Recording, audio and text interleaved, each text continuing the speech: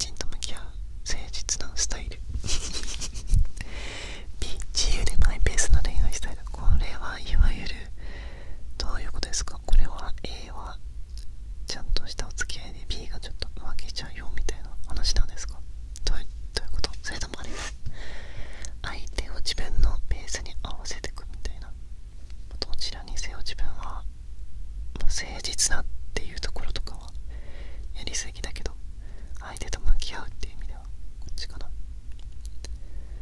で、最後、デートの直前に相手がどこか別の場所に行きたいと言ったらどうしますか？ A、 楽しめればそれでいいと思います。 B、 まずはそれについて話しましょう。なんか役が変な気がする。何これ、日本語もっと変になった。いや、どういうことだ、どういう状況だ。話し合いはした方がいいけど、別に相手に合わせちゃうかな、自分は多分。はい、ということでこれで最後の質問なので、この後に何かが表示されるというわけですね。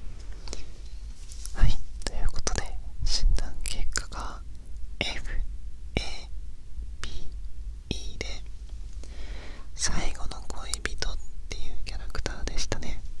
ちょっと読んでいきましょうか、一旦。ちなみにこれは MBTI と一緒で、全部アルファベットが2つ組み合わせ2セットずつになってて、16個に分かれてるっていう感じなんですよ。はい、でそれぞれのアルファベットに意味がちゃんと決まってるんですけど、1個目が L が自分のペースで、 F が相手に合わせたい。だから自分はこれが相手に合わせたいですね。で、その次が C が甘えたいで、 A が甘えられたい。なので自分はこれが A で甘えられたい。で、その次が R が現実的で、 B が情熱的で、自分が B なんで情熱的ですね。で、最後 O が自由で E が真面目で、自分は E の真面目という感じで、相手に合わせたい、甘えられたい、情熱的で真面目と。そうするとどんな感じで紹介されていくのかと言いますと、あなたは優しく忍耐強く寛容な性格のため最後の恋人と呼ばれています。これはどういうことだ。最後まで待っていられるから最後なのか、最後まで選ばれないから最後の恋人なのか、結構大事だけどなそれ。一度心を許した相手には最後まで忠実で献身的な態度を貫きます。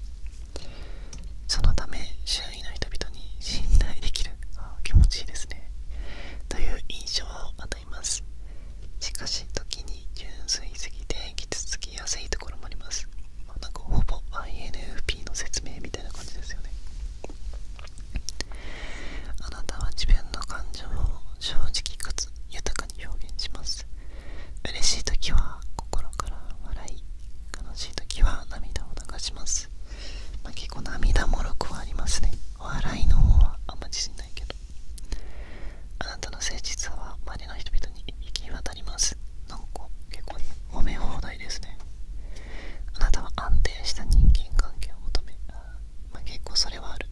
広げたがりはしないかもな。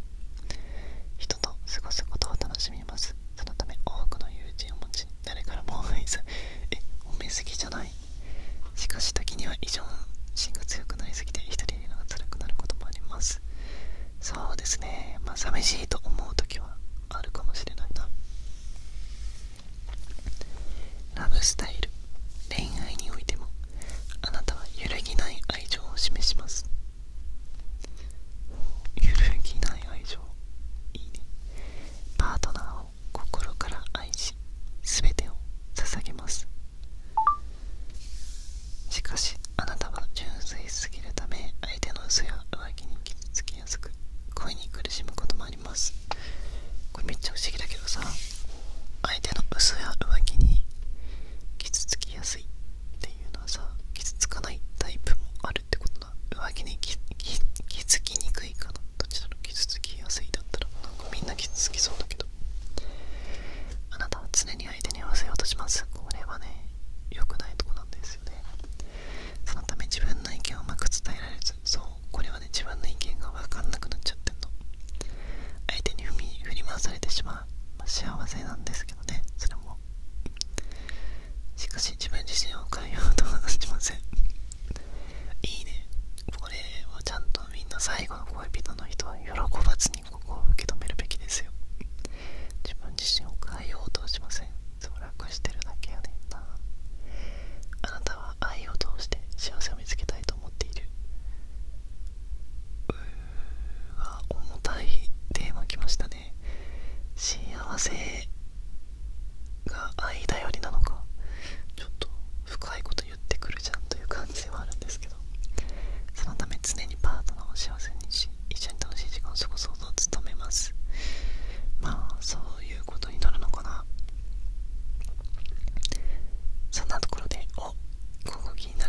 想の愛やパートナーとはどんなものでしょうか。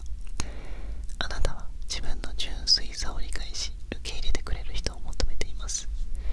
揺るぎない愛を大切にし、あなたを守ってくれる人を求めています。あなたは自分の感情を正直に表現するので、自分の気持ちを共有してくれる人を好みます。なんかちょっと結構当てはまっててムカつくな。そう、結構自分は相手が素直な方がやりやすいですね。人間関係。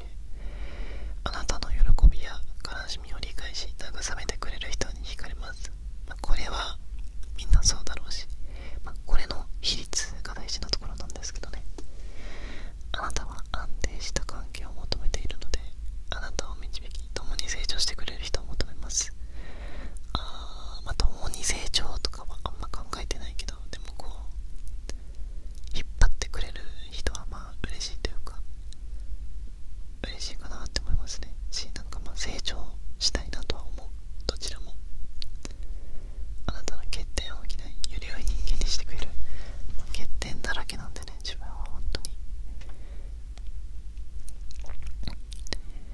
あなたはロマンチックで感情的な面も持っているので、自分の気持ちを理解し共有できる人。自分も結構そうだね。サバサバ系というか論理型の人とは意外と馬が合わないっていうのはありますね。こう理解することはできるんだけど、なんかそれって満足してらんないやんみたいな感情になることはありますね。